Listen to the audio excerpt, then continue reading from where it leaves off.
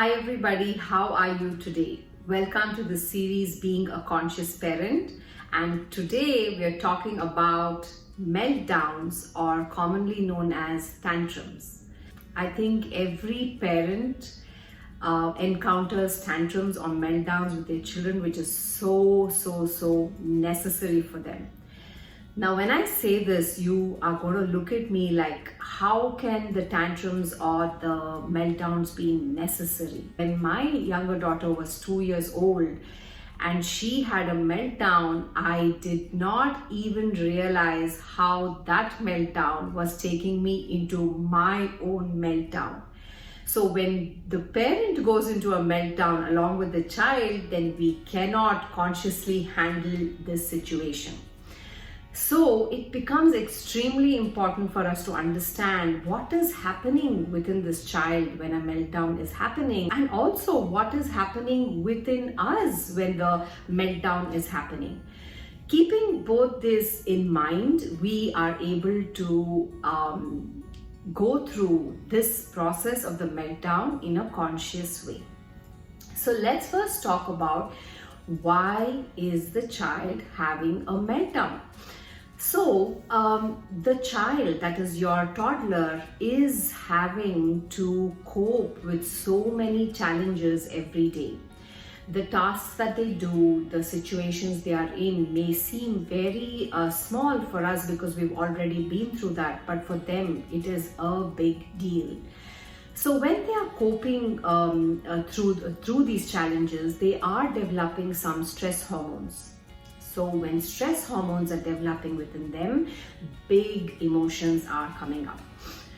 Now, what we need to know is that for the child to be able to verbalize these emotions and even regulate these emotions, the prefrontal cortex needs to be well developed, and it is not fully developed in the children.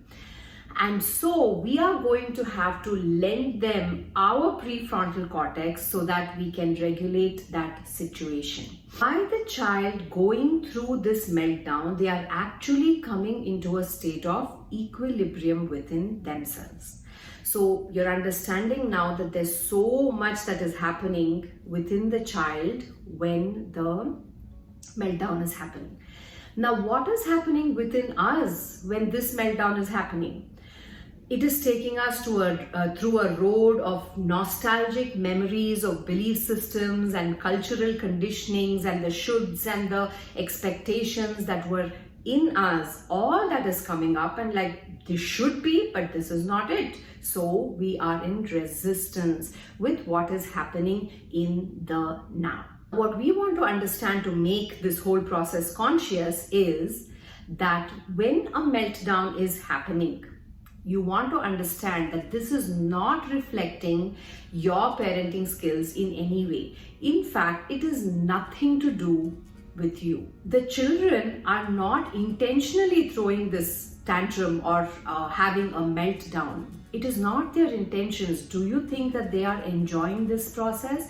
No, it's just happening. Mother Nature has provided them with this beautiful mechanism of a meltdown, which brings them back into equilibrium. So the moment the stress hormones cause a kind of an imbalance in their system, they have a meltdown, and that helps them develop the equilibrium. So you see that when a child is having a meltdown, if we are telling them not to have one, we are actually not helping them restore this equilibrium that has been set off balance within them.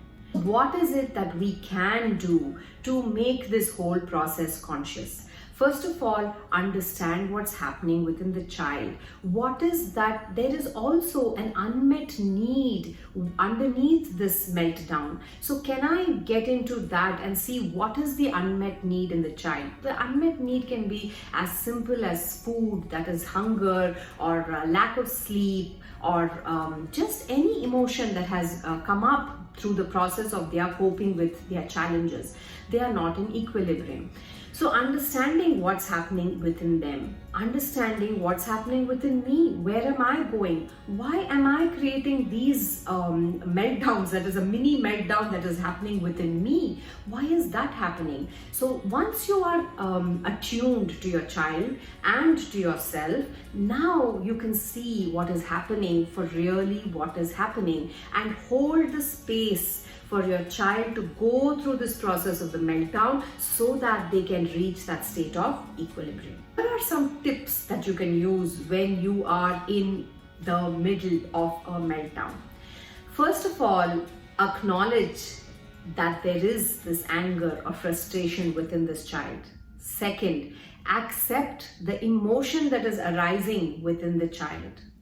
Third, sit patiently. Sometimes holding your child helps, but if you are holding your child, you want to make sure that you are calm and peaceful within before you actually touch and make contact with the child, because your anxiety is going to pass on to the child, even if you're not touching the child and you're just there in the environment, but more so when you touch the child.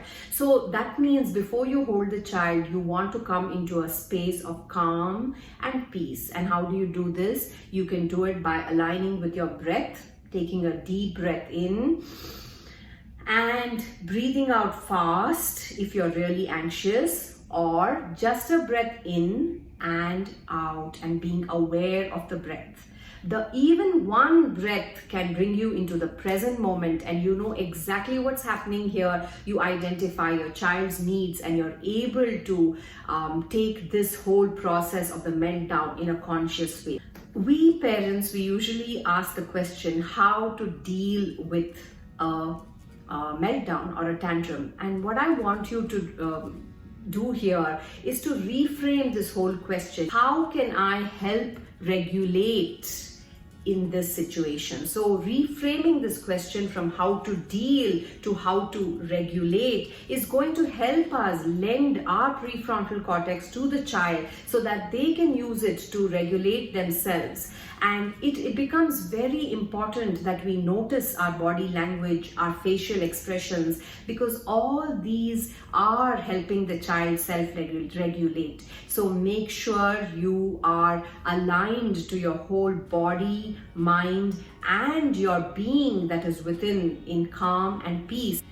Just understanding and giving the child the words that they are looking for, just to put that emotion into a reality. And so the whole meltdown has become a teachable moment, a learning moment for both the child and the parent. I think these meltdowns are so helpful to us parents because they help us up our game. We understand what are those triggers and what is this turbulence within me? What is it that I'm not accepting? What are my cultural shoulds and should nots? Once I understand all this, I can be aligned and in sync with what my child is going through.